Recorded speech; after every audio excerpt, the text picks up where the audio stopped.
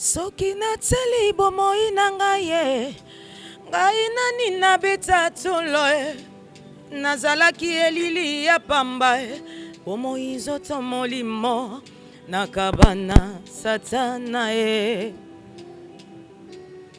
Bato babanda kiotala ngai, bakomaki koloba na confesse, po bapasilekaki ngai ye. Balobaki ejali etumbu ya nzambe na ngai. Na la la la la la, ngai nakende wapi ngai yo, natia elike ipananye ye. Malobi eza na avoka moko aza capable akozwa vi na nga charge, na te moto bakata nandimi ye. Associé yo yo, associé nanga yeswe, associé yo ya, associé nanga yeswe, associé yo yo, associé nanga yeswe, associé yo yo, associé nanga. Baninga na kimanzambe ndenge nine. Achinda kimwana na ye moko oro, asopa makila mponga na bikao, to signa kontra na makila longue vio. Oh yo yo, associé nanga yeswe, ya ya nanga yeswe. Butwa indi, butwa makambo, tongo etani, tongo abitumba, bangu na batele mye, mbalingi ba bebisa. Insécurité na mokilio, pasi na mokilio, neti pasi za tero, nakima wapeye. Insécurité na mokilio, pasi na mokilio, etika kota lokolo ezate aurora, nakima wapeye. Ay ay ay ay ay ay ay ay, salelanga bika mwaye. Ay eswe nzamba jansi ye. Ay ay ay, salelanga bika mwaye. Insécurité na mokilio, pasi na mokilio, neti pasi za tero, nakima wapeye. Insécurité na mokilio, pasi na mokilio, etika kota lokolo eza tero, nakima wapeye. Ay ay ay ay ay ay ay ay ay, salelanga bika mwaye.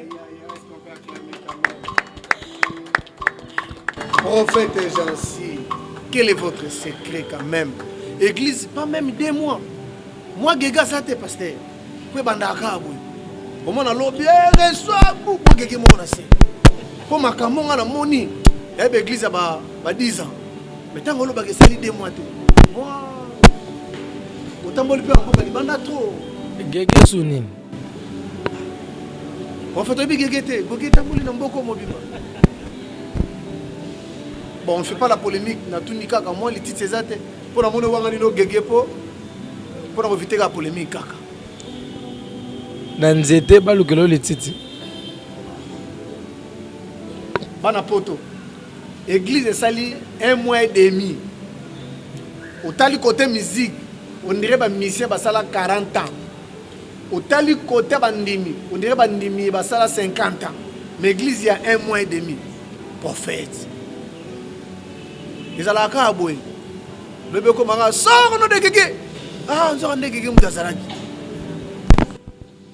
Ici on élève que le nom de Jésus. Comme dans la Bible il y a deux Jésus. Nous on élève Jésus-Christ de Nazareth. Les titres nanga na yebi na vie eza kombo Yesu. Kisi na simba na vie eza kombo Yesu. Singa loketo nanga eza kombo Yesu. Singa loketo na ngai eza kombo na Yesu kodia bapesa nga na koko eza kombo na Yesu soki makasi esilinga nalelaka kombo na Yesu singa loketo na ngai eza kombo na Yesu kisi na yebi na vi kisi na simba na vi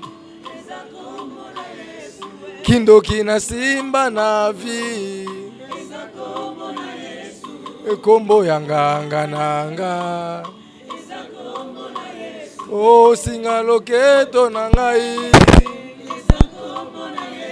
o kodia bapesa nga na famille soki makasi esilinga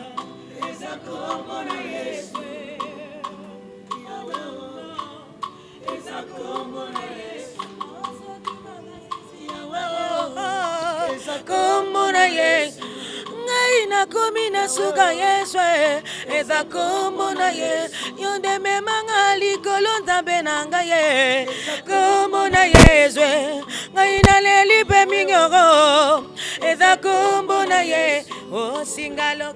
Donc singa loketo na nga eyaka kombo ya Yesu Christ. Non, je me compare pas à quelqu'un. Je suis pas là pour des polémiques.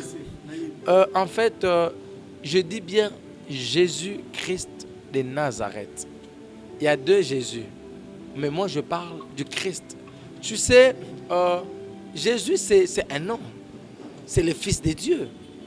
Tu vois, Jésus c'est un homme, comme toi et moi. Jésus n'est pas Dieu. Je vais vous choquer. Je vais choquer même les téléspectateurs. Les gens qui ne sont pas bien formés à la parole de Dieu, ils ne vont pas comprendre. Ils peuvent m'insulter. Jésus est un homme. Jésus n'est pas Dieu. Jésus, plus loin, il est Fils de Dieu. Mais il y a deux types de Jésus. Hormis le faux Jésus, le Jésus que nous prions, il est 100% homme et 100% Dieu. En 100% homme, il n'y a que Jésus, le Nazaréen. Parce que depuis qu'il était né, en grandissant jusqu'à l'âge de 30 ans, il était Jésus le Nazaréen, qui était le fils de Marie et de Joseph. Il était l'homme. Il était l'homme. Et de quel Jésus que tu parles? Que de Jésus de Nazaréen. Moi, je parle d'un Jésus que le jour de son baptême, le ciel s'est ouvert. Il y a le surnaturel qui s'est opéré. Et il y a une colombe qui est descendue. Et le ciel a parlé pour la première fois dans l'histoire de la vie que le ciel s'ouvrit. Tout le monde est là connu ne pas ta makana mapata, pe mapate komi koloba, pe molimu ekiti. Dieu comme Père, comme Fils, comme Saint-Esprit, lui-même le Dieu est descendu dans l'homme. Et depuis ces jours-là, les gens ont changé l'appellation de Jésus le Nazaréen. Bakomi kobenga Jésus-Christ. Christ qui signifie le Sauveur, Christ qui signifie Dieu, Christ qui signifie le Seigneur. Automatiquement, il est devenu Jésus-Dieu. Il y avait Jésus 100% homme et le Christ 100% Dieu. Nabato basala l'église. Quel est l'avenir de cette église? Yoko sa l'église ndenge nini yo yebi Bible te parce que e Bible eza Yesu. Soki osali les lois étant dit na ba prophète ba prophétie. Kuna za ka feu moto. Au moins à 2 minutes moto. Quel est l'avenir de cette église? En vous écoutant, vous sentez quand même il y a la connaissance de la parole. Ce que l'église est la banda ba vendre du promoteur ka feu moto ngomba ka feu. Est-ce que la Bible ça a fait? Il y a quelque chose aussi qu'on doit apprendre dans la Bible. Je suis prophète, tu sais. Tu as assisté dans le culte de dimanche. Est-ce que Nasakoli? Nasakoli? Nasakola chaque jour. Nasakola chaque jour. Mais quand je prophétise, je donne des précisions, d'exactitude.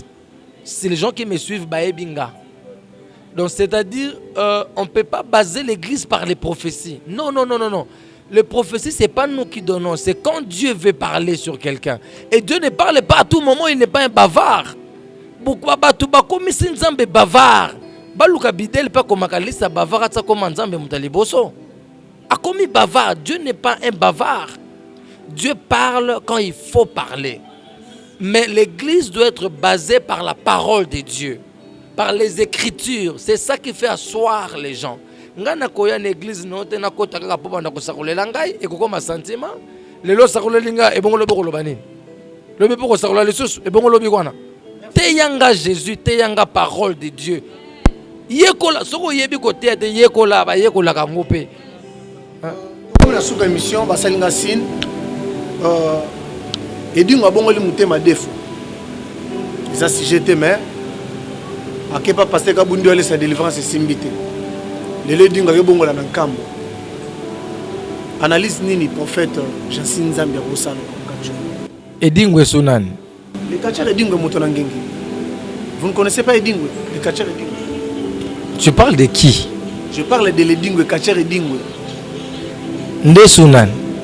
Kacha prophète, Kacha Edingwe Edingwe tana mboko. Abongol muteng ma défaut.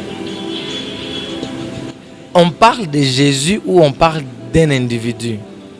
Non, on a posé la question. Délivrance, c'est ça, on a des fois, on a différentes églises, religions. Attends, vous parlez de la délivrance ou vous parlez de quoi? De la délivrance. Délivrance, c'est à vie. Des fois, c'est un moukier. La délivrance, c'est à vie. Délivrance, la délivrance vient du verbe délivrer, qui signifie quitter d'un lieu pour aller à un autre lieu. Mais quand tu es dans ce lieu-là, quand tu arriveras, tu seras encore de quitter, c'est à vie. Donc ça dit, tu dois conserver ta délivrance pour toute une vie. Et ça te va délivrer le lot truc ça ne pas délivrer. La délivrance, c'est même pas 2 fois, même pas 10 fois, même pas 1000 fois. Et ça libère là. Tu dois, il faut continuer, c'est continuel. Mais quand on la moté, délivrance, c'est pas le comme ça. Question à Souka. J'étais avec Monsieur Mo Profane, Ferry. Abinanga tourné la ngano ba pasteur. Pourquoi biso to ko adorer Nzambe? Je peux venir à l'église na tindi be papier na ngana adorer Nzambe, est-ce que ça m'a bien? J'ai pas compris. Nazaki na Monsieur Mo Ferry, c'est un mission profane de benga ba païen. Abi singa bi docteur en tout cas biso to bité so ba Satan. Ndena abona ko ya pe na église ya prophète Jansin Nzambe pe na komi le kasa na ngape na posa na mbela Nzambe nzembo moko. Est-ce que ça li sou? Frère Sunan. Bon, ouais, bah, été menabi mission mo profane kaka. Alors bien, est-ce que vous pouvez ko yembela Nzambe une église, ayepe boye, atindi pe le kasa na benge pe adorer Nzambe comme sinza. Bon, en fait, la Bible dit quiconque m'invoquera, je lui répondrai. Hein? Quiconque. Même à Banga et Kongumba Melangai. Donc, c'est-à-dire adorer Dieu, appeler quelqu'un profane ou païen. Il faut oyer ba profondeur nango. Est-ce qu'il y a un baye sunanote pour déclarer païen? C'est pas parce que Moutazo yemba banzemba mukile qu'il est nécessairement païen. Ça peut être son travail, son métier, mais il est chrétien. Tu sais, moi je connais des musiciens profanes au bapes rabadima. Azo yemba na mukile za musala na ye. Mais ayamba déjà yesu lokola mokonzi pe mobiki ici pe musala sala katambola conformément à la parole de Dieu mais ate ayemba kanzembo wana biloko wana pe aganyela kango vina ye pe asimba ne pe qui s'était basé belé na lingi un peu to solo la sujet moko est un peu pertinent na Facebook to posta qui des sujets l'alcoolisme et na sujet est-ce qu'un pasteur peut travailler musala nzamba rosa la pe na bureau rosa la pe directeur quelque part. Mais il y a les hommes de Dieu qui vont répondre dans le but. Il faut avoir un temps plein d'église. Votre réaction par rapport à... C'est trop simple parce que la Bible dit pour manger, il faut manger à votre sueur. Sueur, il faut transpirer. Bon, bah, orateur, monsieur Baroloba, il s'est la thé à Toka et en des fois lire. Mais la Bible dit tu travailleras pour moi. Et au retour, je bénirai tes pains. Le pain que la Bible parle, ce n'est pas le pain à manger qu'on fabrique à la boulangerie. L'ipa au Bible Zoloba, c'est le travail, c'est les affaires, c'est tout ce que entreprend l'homme, qu'on appelle le pain. Tu travailleras pour moi, au retour, je bénirai tes pains. C'est-à-dire, je bénirai ton travail, je bénirai tes affaires, je bénirai ce qu'entreprend tes mains. Mais ce qui m'a beaucoup connu, c'est le côté. Ozo c'est l'ensemble. Akopambola nini. Akopambola le côté.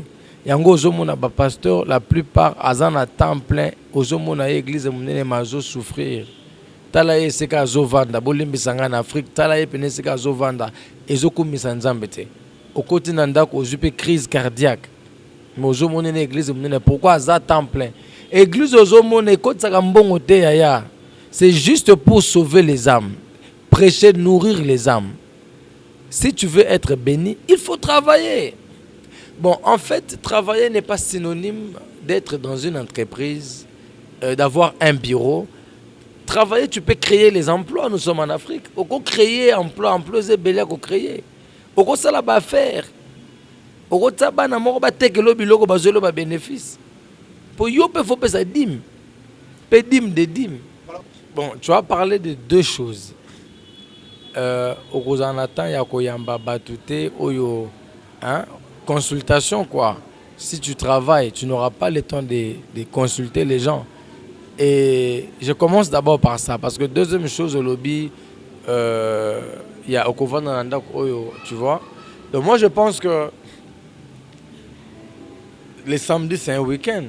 Si quelqu'un travaille, la plupart samedi, bah, ça l'a raté. On peut offrir à Dieu ces samedis pour recevoir les gens. Et à quoi sert l'intercession? Groupe, il y a intercession. Ce n'est pas le pasteur qui doit tout faire à l'église. La Bible dit le faire de l'église, c'est faire. Et là, ici, Moussala église, ça batunyo sonde bazo sala yango, ça mutu moko te pasteur moko te kaka yo moko obeti mbunda yo moko yembi yo moko tei yo moko sali ki protocole pese batu place bavanda yo moko sali nyonso pasteur moko azo sala Moussala nyonso na église exalate. L'église, le problème n'est pas de se retrouver à l'église, mais le problème est de se retrouver à Dieu. Parce que l'œuvre, c'est à Dieu. Et c'est Dieu qui bénit, tantôt d'une manière, tantôt d'une autre.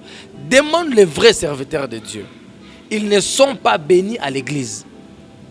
C'est l'extérieur qui bénit plus que l'intérieur. Même ta maison, quand tu nourris tes enfants, ce ne sont pas tes enfants qui te bénissent.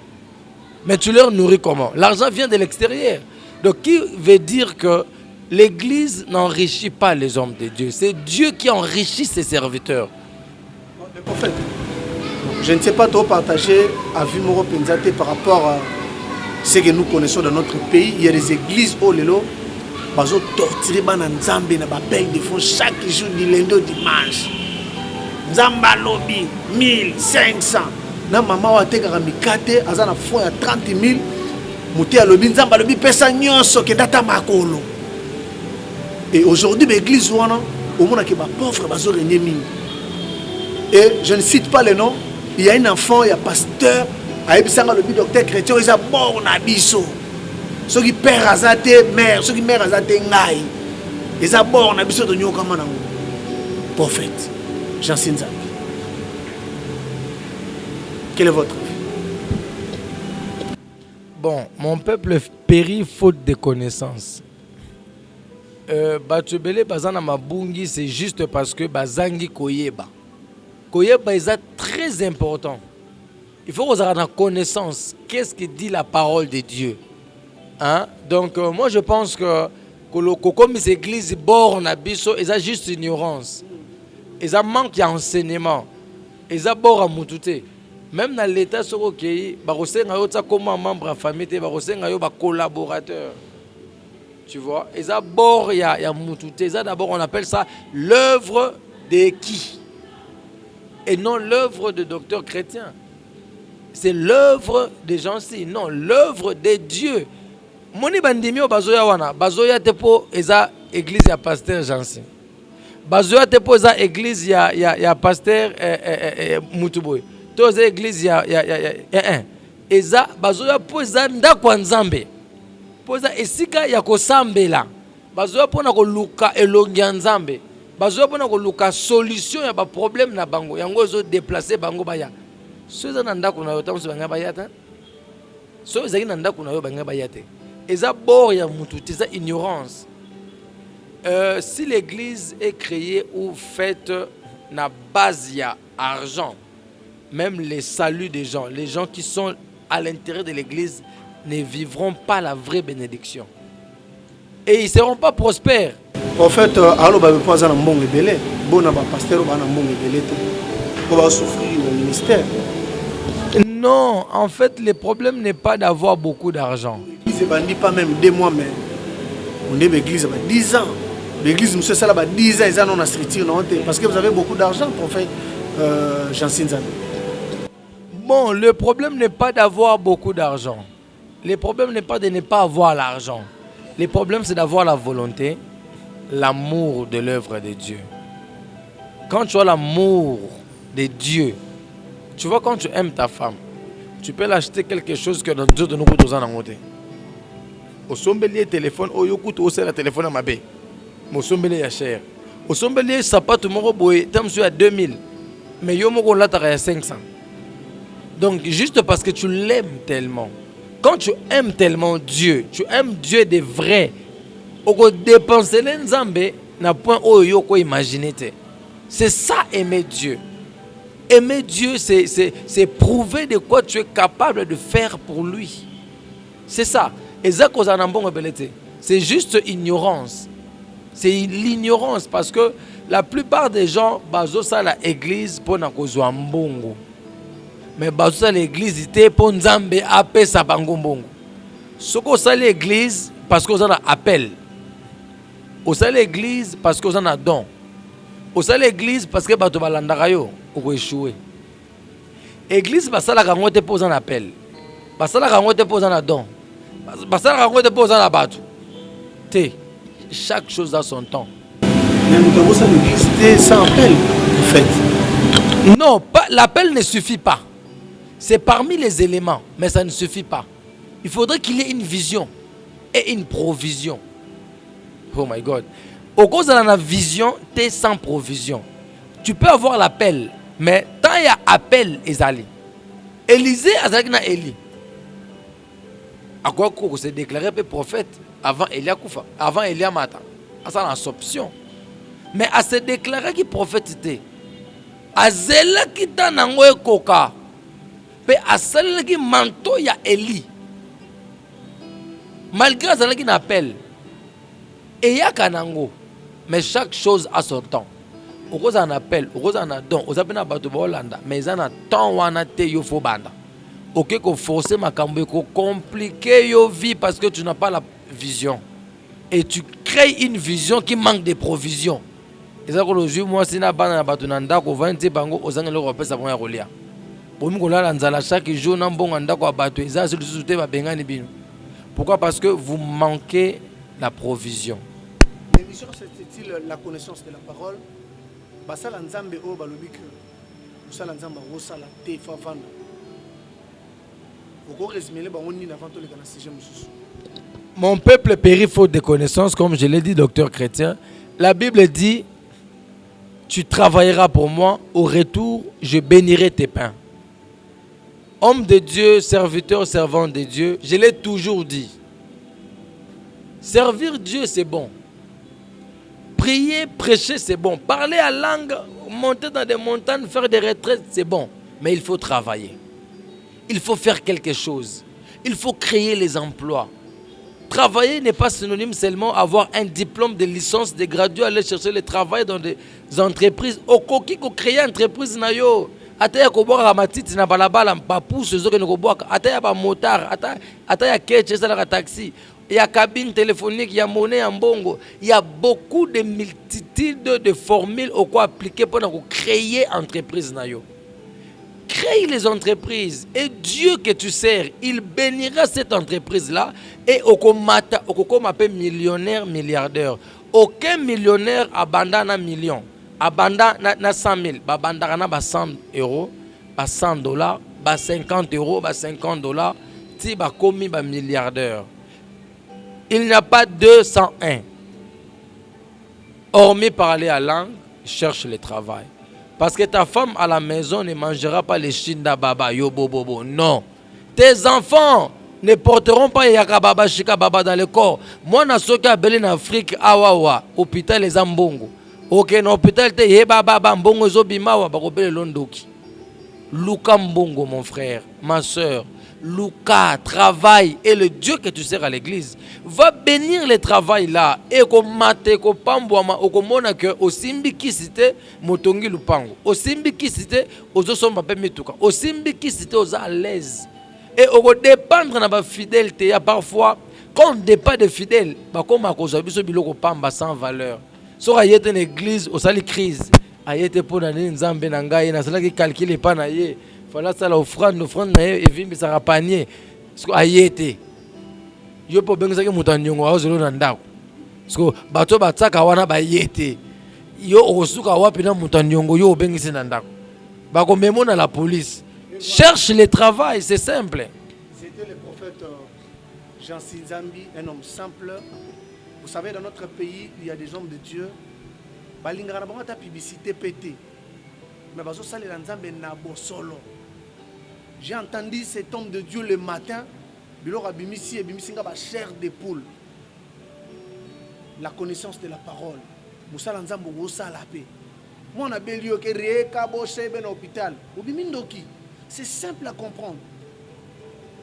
Dans les canons, on a deuxième étape. Pasteur, particularité, on a découvert une église, c'est l'adoration. C'est l'adoration. On a fréquenté l'église Ebélé, mais particularité, on a moni awa. C'est l'adoration. Quel est votre secret? Pourquoi vous avez on dirait partout. Hein? Pasteur, c'est quoi? Docteur chrétien, vous savez, j'ai toujours dit, je ne peux pas parler de Dieu sans pour autant montrer qui il est. Dire qui est Dieu, c'est ça l'adoration. Il y a une grande différence entre louer Dieu et adorer Dieu. Louer, c'est dire ce qu'il a fait, mais adorer, c'est dire ce qu'il est. Comme on ne peut pas prêcher sans dire ce que l'homme qu'on prêche est, c'est ça l'adoration. On ne peut pas prêcher une personne qu'on ne comprend pas. On prêche Jésus, mais les gens qu'on prêche ne comprennent pas qui est Jésus. Tout le monde prononce le nom de Jésus, mais ils ne savent pas de qui il parle. Tout le monde dit au nom de Jésus, au nom de... Mais on ne comprend pas de quel nom qu'on parle. La Bible dit, il a reçu un nom qui est au-dessus de tous les noms. Il a reçu un nom qui est au-dessus de tous les noms. Tout genou fléchira lorsqu'on parlera de Jésus. Moïse a élevé le serpent d'airain. Mais biso tozo tombo la serpente. Tozo tombo la Yesu Masia. Il est temps que Jésus puisse être élevé dans nos vies. Même quand nous souffrons, Jésus reste Dieu. Même quand les choses ne fonctionnent pas, Jésus est Dieu. Même quand il y a des complications, Jésus est Dieu. Ce n'est pas ta douleur. Il faut apprendre à adorer Dieu. Tu sais, je dépassais l'étape de demander à Dieu. Et j'enseigne les enfants de Dieu de ne pas trop quémander. Parce que Dieu t'a déjà donné, mais tu demandes encore. On ne peut pas tabler juste sur un verset qui dit « Demandons, vous donnera ». Il y a un autre verset aussi que Daniel a demandé. Dieu l'a déjà donné longtemps, mais continuera au Senga. Pour avoir une révélation. Et mon Iseli. Nous avons fait ça dès le premier jour. Mais par contre, à l'adoration, vous savez, je vous donne un exemple stupide. Moutamokili Sokomoni, Obelelier, boss de boss, prêtre de prêtre, Oleki Bango, mère de mère, maman ba maman, maman mokonzi. Ata bongisa kimbongo moko te pona yo. Mais du fait que Koumissier et Salié joie à Simba portefeuille, à Bimise loko zalaki prévu pour Nayote, à Pessio. À combien plus forte raison Nzambe? Tant aux adorer, au sengier le côté, mozo Koumisaye, aux Nzambe ya Banzambe, Libumunzala, moza le roi des rois, Passinandaku, aux Amokondi ya Bakondi. Les choses ne marchent pas, mais tu le dis, tu es le Seigneur des Seigneurs, tu es le Dieu de Dieu. Il n'a jamais eu un Dieu comme toi. Je n'ai jamais entendu. Bandana Botama, Kino Lelo, Lito Nanga e Yokatako Yokate, Misunanga e Monatako Monate, Atama Soloba, Betelangata Nako Betelate, existence Nzambe moko lokola yo. Banana botama kino lelo, je n'ai jamais entendu de loin ni de près un Dieu comme toi. Mais toi tu es pauvre. Mais toi l'enfant malade. Mais toi-même tu es malade. Tu manques à manger. Tu manques l'argent des factures. Mais otombola nzambe comme si tout allait bien. Mais quand tu adores Dieu comme ça, je dis toujours l'adoration excite la bénédiction de Dieu. L'adoration provoque Dieu à te bénir. Sans demander le mariage, en adorant Dieu, il peut te le donner. Sans demander le véhicule, les biens matériels, en adorant Dieu, il peut te les donner. Quand tu adores Dieu, aux poussé, au tombolier tellement, azupe libalo e kanamaki ya yote, apesio. Azu élévation kanamaki ya yote, apesio. Akaname ko biki so mkolo wana te, tellement belle lié trop, aya bikisio. Bartime a lokoti guérison de gani. Abelela qui est Jésus, fils de David, sauve-moi. Pourquoi sauve-moi? Abengé le sauveur. Pourquoi fils de David? David était qui? Pourquoi Jésus a sauvé? Pour endémique à sauveur, endémique à Seigneur. Il appelle Jésus comme il est. C'est ça l'adoration qui a fait que Jésus a baluka. Ayakobi qui s'est mis sous. L'adoration excite Dieu à nous bénir. C'est-à-dire quand on connaît adorer Dieu, on connaît les secrets de la bénédiction. Merci beaucoup. En fait, on a médiaté pour la connaissance aux hommes. Pourquoi on a médiaté? Bon, en fait, on ne fait pas la publicité de l'homme. On doit faire la publicité de Jésus. La Bible dit, c'est lui qui parlera de moi devant les hommes. Je parlerai de lui devant les anges. Mais dans les médias, tout que nous l'accélérons, na biso po baye bayo, ou comme un star, aux yeux so bombier. Au télémisé longina yo, mais aye so bombi. Plus on doit montrer la face de Jésus. Et Jésus, on le montre où? Ba moun saka Yesu wapi. Et lo konyon so izarana temple nango. Ataba Bouddha, ataba marabout barana temple. Et nous les chrétiens, notre temple, c'est notre corps. Nous sommes le corps qui est le temple du Saint-Esprit. Et dans l'église, soro lingo teya. Quelle église teya batu ba vanda bandi mamen. Okena tevo ozoteya po ba mona yo kaka po na simana lingina prophétiser Simba TV yoka oza wapi kombo na Naomi. Ya tout ça ce sont de la cacophonie prophétique, de l'embelficotement ecclésiastique, de l'englobement dans l'église. Ce sont de bêtises. Allô, oza wapi, yo, olatelamba pembe. Yezo sala bêtise wana wapi. Un intellectuel ne peut pas venir dans telles églises. Moi j'ai des problèmes, tu me donnes la couleur de ma chemise et ça ngani. Muta malade, atiki moi malade nanda kozo ebisa na mono temi na zando. Et ça le nini? Atema na zando to na Gambela to na aéroport. Ça change quoi? Merci beaucoup. Nous sommes arrivés à la fin de notre émission. C'était les prophètes Jansi Nzambe. Oui, naïf ça va ça Nzambe. Tant que bien abisso to ça l'émission, yeba rapé koloba. Yeba rapé koloba. Mais ça des choses qui m'ont donné une prophétie. Ou bien moi ba maman mo 20 10 en église ou l'émission, pour moi donner une bêtise. Mais vous sentez quand même la connaissance de la parole. La connaissance yaya. Église no ka feu moto aleke da wapi. Enseigner l'église.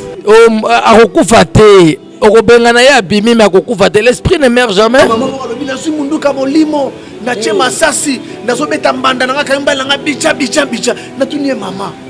Est-ce que enseigner aux paroles? Papa, dernier mot, pour te clôturer mission. En tout cas, toutes mes salutations à Jésus-Christ de Nazareth, là où il est. Tu sais, hein? Tu sais, j'aime dire bonjour au Saint-Esprit chaque matin. La Bible dit, si nous vivons, ce n'est plus nous. On fait des émissions, la Bible ça une émission pour faire. Yaya, tu dois être chrétien partout. L'émission. Je souperai avec toi et toi avec moi. C'est-à-dire, okolianaye na butu, bonsoir. Okomelanaye déjeuner na tongo, bonjour. Quand tu te réveilles, tu pries pourquoi? Parce que tu n'es pas seul. Tu veux parler avec quelqu'un. Avant de dormir, tu pries pourquoi? Parce que tu n'es pas seul. Tu es avec quelqu'un. Et tu penses que la personne là n'a pas besoin de ton bonjour et de ton bonsoir. Il en a besoin. c'est un être humain. Un esprit, par définition, c'est un être mais dépourvu de corps. Mais quand tu es animé de l'esprit de Dieu, à chaque fois, il faut parler avec lui. Il faut le rendre ton ami. C'est pourquoi j'aime le bishop Albert Kakenza. Il dit souvent l'ami du Saint-Esprit. C'est-à-dire, il parle de tout avec le Saint-Esprit. Et bonjour Saint-Esprit, bonsoir Saint-Esprit, je veux sortir Saint-Esprit. Qu'est-ce que tu dis? Il nous sert comme un guide. Il faut lui demander la permission. Donc je salue le Saint-Esprit, je salue les anges et les archanges, les vieillards. Je salue tous les anges qui m'entourent. Je salue toutes les bénédictions qui sont déposées sur mes enfants et sur vous. Parce que si vous êtes venus, c'est qu'il y a Dieu qui vous a touché. Alors je bénis aussi la présence de Dieu. Et je salue la présence de Dieu dans ces lieux. Parce que là où 2 ou 3 sont réunis à son nom, il est là. Comme il est là, bonsoir. Merci. Merci beaucoup. Nous avons changé. Nous sommes arrivés à la fin. Nous avons Jésus-Christ. Nous avons changé. Nous avons Jésus-Christ.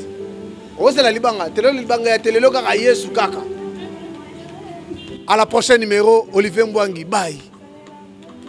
Banguna nangaye na melaki na bango papa babwa kelinga maladio Yesu babwa kelinga bobola balesinga nde poison balinginga na kufa Yesu yo salelanga bikamwa papa nogina goguva tangwa bata mokili balobaka jansi asuke aya ya ozawa pyo aye babosani zamba pona jansie prophète Jésus aïe aïe yanangai akoti 3 mois ya jeûner aya oko pangusa mai mokolo nini nzamba jansie abakisi 3 semaines ya jeûner aya oko pangusa mai ekobima mokolo nini nalali na mabele mongongo kauke bonga na bele salelanga bikamwe naleka na nzela bato bafinga ngai nasali nini ye nasali nini yango naleka boye balakisinga misapyo ngana bominde nanye ye yawe salelanga bikamwa yawe salelanga bikamwa